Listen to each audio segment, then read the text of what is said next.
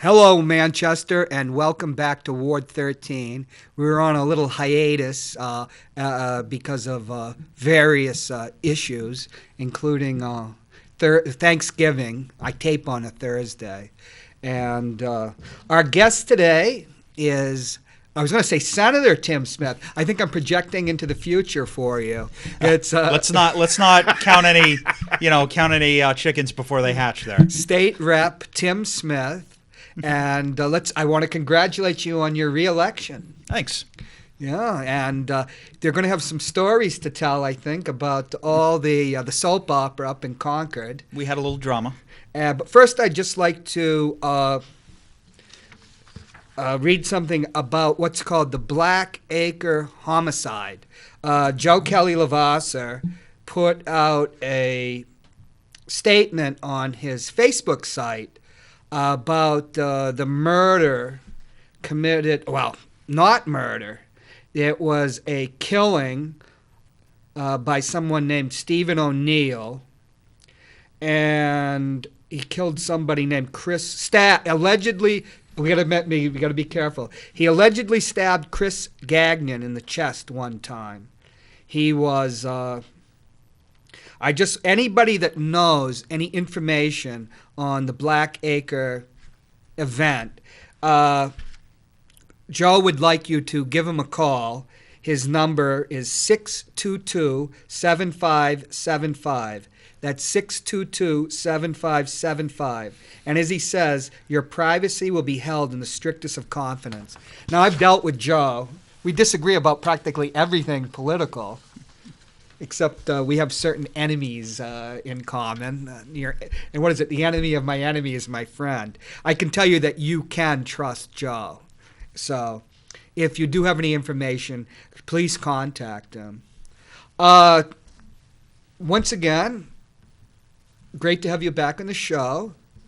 I have a couple of articles here. One by James Pindle.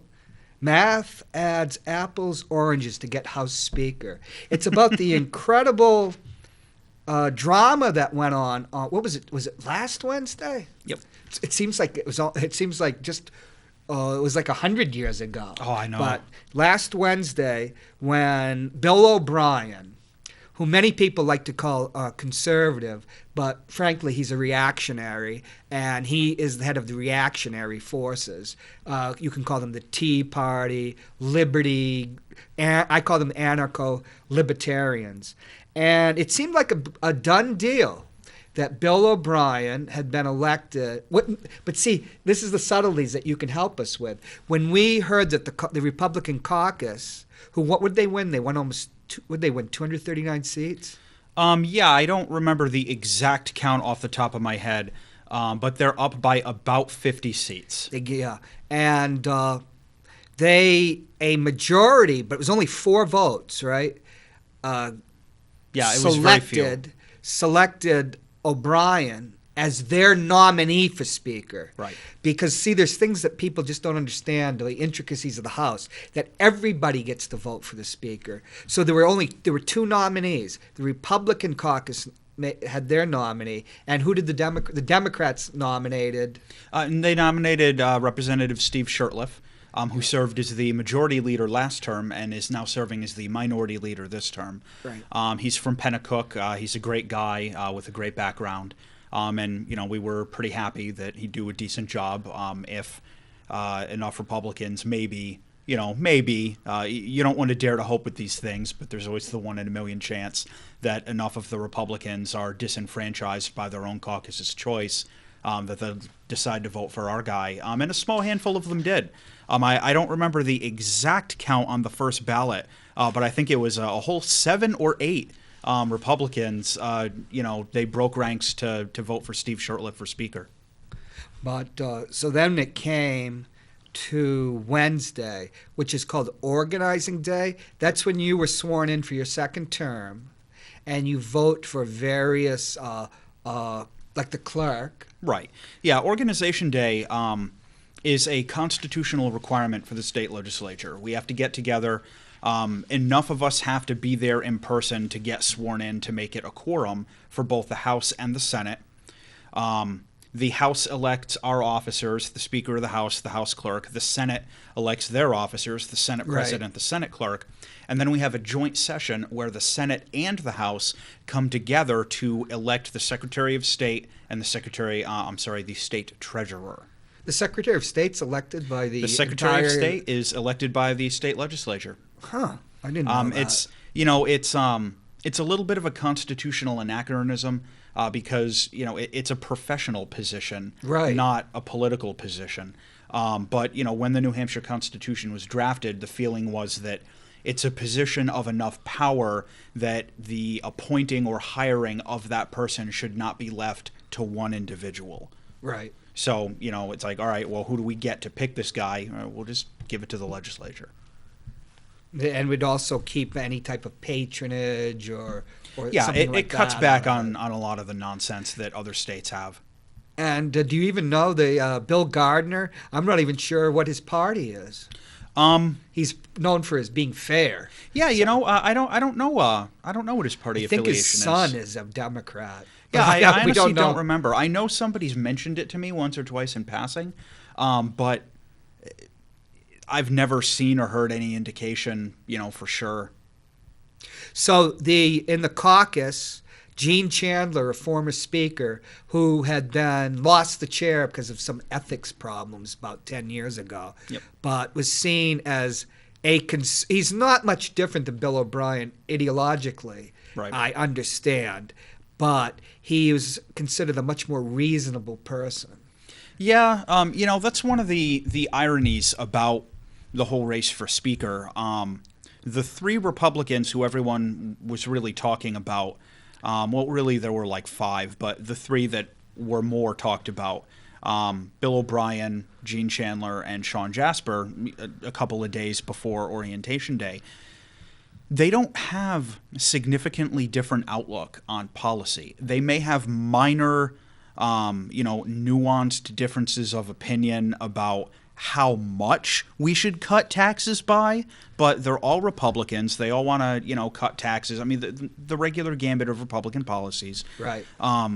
From the point of view of a lot of members of the House in both parties, the only difference between them is their personal behavior, their conduct, and the manner in which they would administer the House of Representatives. The Speaker of the House, ostensibly, it's not a political position. It's not supposed to be. They're supposed to handle the day-to-day administration of the House of Representatives. They're not supposed to pick, they don't pick which bills do and do not get passed. If they decide to vote, they only get one vote, the same as I have. Oh, so the chair can actually vote. Yeah, and they have to vote to break ties, but they usually don't. Okay, but he's part of he being, because there were only males, being the Republican Party. Right. Is one of the 400. But of course you don't always have. Now, when you go on organization day and you're voting for the speaker, does it have to be a majority of 400, which is 201, or is it a majority of the people that of the people that are there? It's tricky. It's a majority of the ballots cast. Oh. So not everybody in the room has to vote.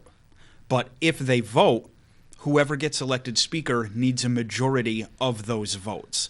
So let's say we have 100 people in the room.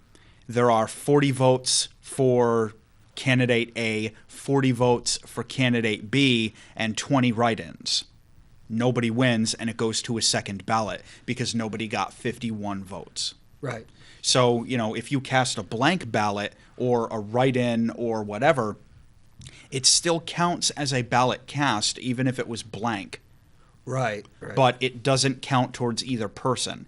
So what we had happen on, the first two ballots, Bill O'Brien had the most votes on the first ballot, but he was 4 votes down from getting a majority of the ballots cast. Right. Because a handful of Republicans sided with the Democrats and voted for Steve Shurtleff, and there were some blank ballots and a few write-ins. Now, one of the major issues, it was a long day that day. One of the major issues was didn't O'Brien, Speaker, all these votes were traditionally by secret ballot, were they not? Yeah. And didn't O'Brien want an open ballot? Well, we have to be careful. That's what Pindle No, reported. we have to be careful when we say O'Brien wanted to. He's not the one who made the motion for the rules change. But I think we can safely say O'Brien's camp. There were people from O'Brien's camp, including somebody we know well, that were working the aisles, Right. trying to be a de facto whip for O'Brien. Yeah. Well, what they wanted to do, they wanted to change the rules. And I know that there's a lot of people who are freaking out about this now. Claiming that, every vote that the legislature takes on anything needs to be a recorded roll call vote. They're claiming it's about transparency and all that. But, going back 200 years, the vote for Speaker of the House has been a secret ballot. And it has been precisely to avoid some of the arm twisting and subtle intimidation that we actually saw in the race for Speaker. I personally witnessed firsthand some of this subtle intimidation in the hallway.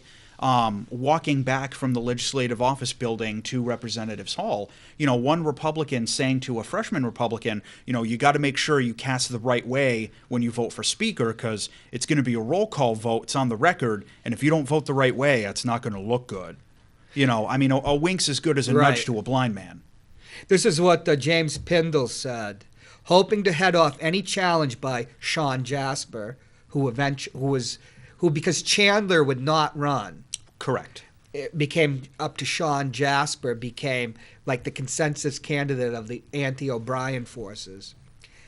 Okay, hoping to head off any challenge by Jasper, O'Brien's team wanted to scrap the tradition of a secret ballot for a public roll call vote.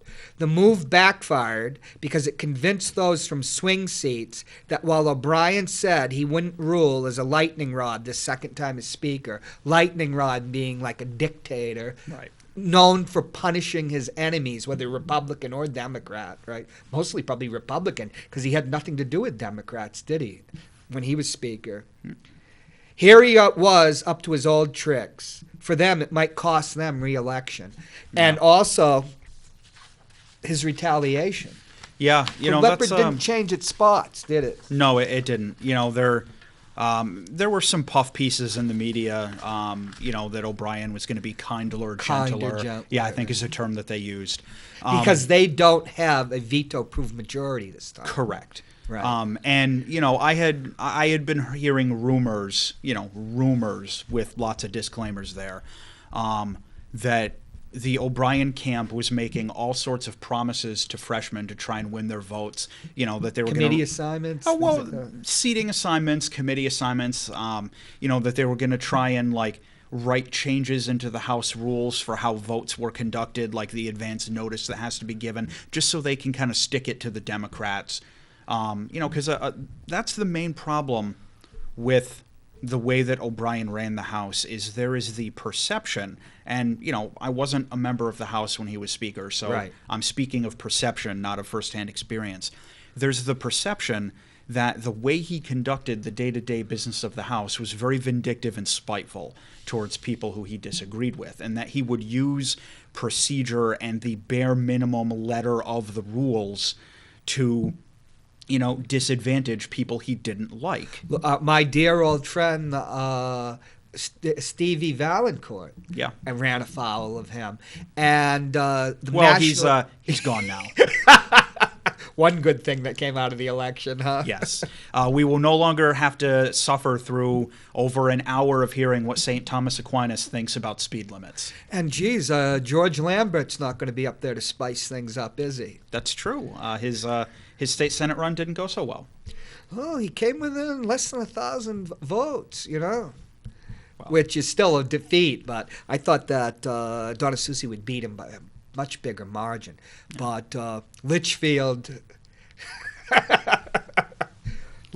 came in big. Is what it is. Well, there's a lot about Lambert that wasn't revealed until the very end of the campaign, but we won't get into that. Because somebody told me that if you looked into the lives of of what I'd call the radical Republicans up in Concord, it would be, well, this is before your time, it'd be like out of Tobacco Road. I'm not touching it. I'm dating myself with that reference, huh? That was a shocking novel from the 1930s by Erskine Caldwell. about. We won't get into that. Okay, what went on Tuesday? According to the New Hampshire Journal, the O'Brien forces have not given up. No, it's silly. They're still. It's very petty. It feels like kids on the playground aren't happy that the teacher picked someone else to go on the slide. So now they're throwing sand at each other and they're fighting over the swing set because they couldn't get to the slide. But the difference between why I call them reactionaries, these Tea Party types that we know well in Ward 10, is that they're what Eric Hoffer, once again I'm dating myself, if you were of a certain age, William Loeb of the Union Leader, who was a staunch anti-communist, used to publish excerpts from a famous book of the 60s and 70s. I think it was printed in the 50s. Eric Hoffer, who was a longshoreman who became a philosopher, and it's called The True Believer. And no matter what your political bent, Hoffer was quite fascinating because he was talking about whether it's a Nazi or a communist, what drives a true believer. And these people, these O'Brien forces, are true believers.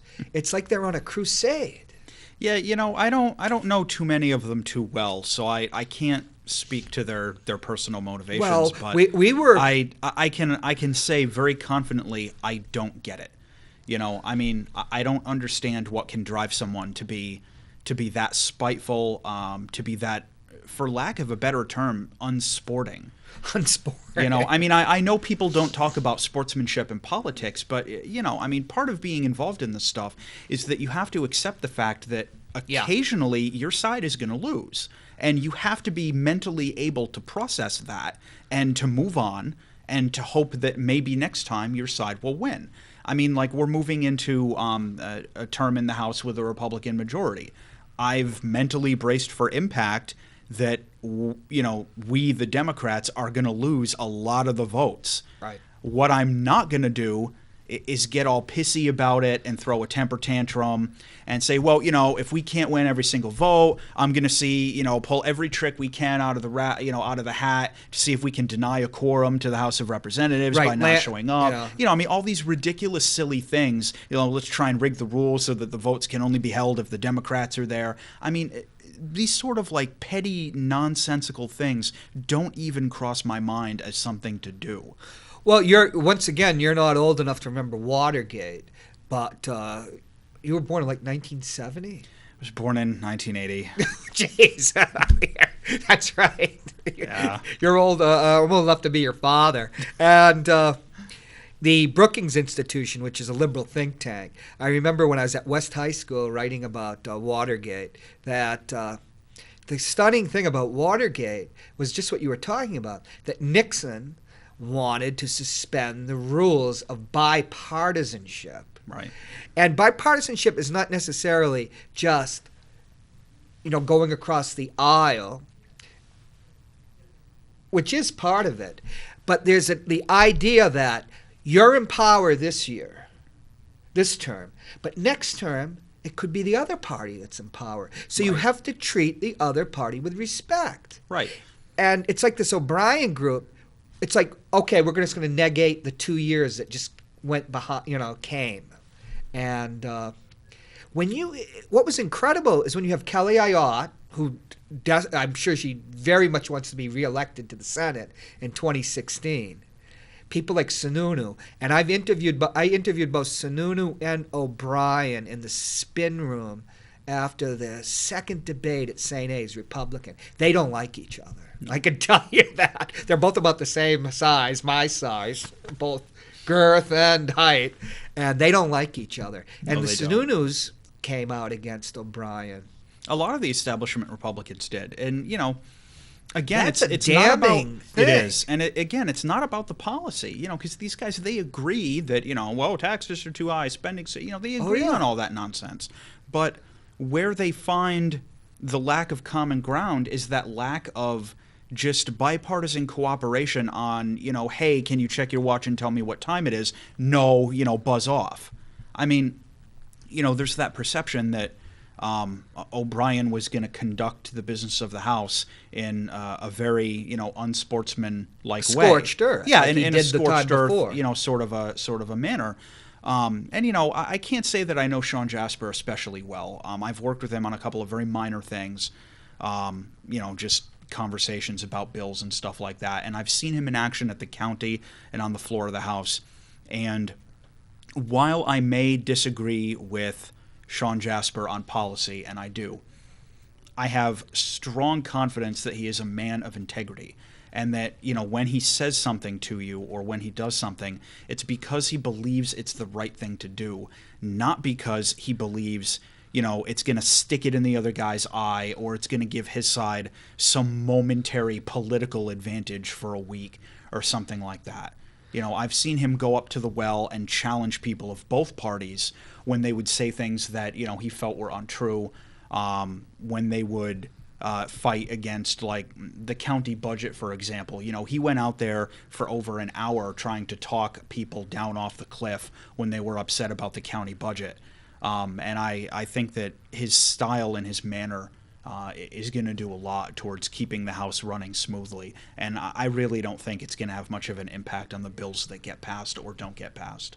What is the Bill O'Brien faction going to do come when what is it, January? First week of January. Yeah. Yeah. What are they going to do? There are a lot of rumors flying around right now. Some of them are coming directly from those people. Some of them are, coming from the media, who, reliable sources, whatever. So it's tough to say for sure what they're going to be up to. But some of the rumors I've heard personally, they're going to try and make amendments to the House rules that govern, how the House of Representatives operates. That they're going to try and, downplay the role of the Speaker of the House. They're going to try, Representative John Burt introduced a bill to try and change the way for future terms that the House votes for Speaker. So, that we mentioned earlier, they tried to rig the rules by making it. They're going to try and codify that into the rules going forward, with legislation into the state's RSAs, not into the rules of the House. RSA, explain what an RSA is. It's revised statutes annotated. It's the laws. It's the laws of the state. And the laws of the state, the reason why that's significant to mention, they're going to try and get it into the laws of the state, which stay the same unless a bill passes or something.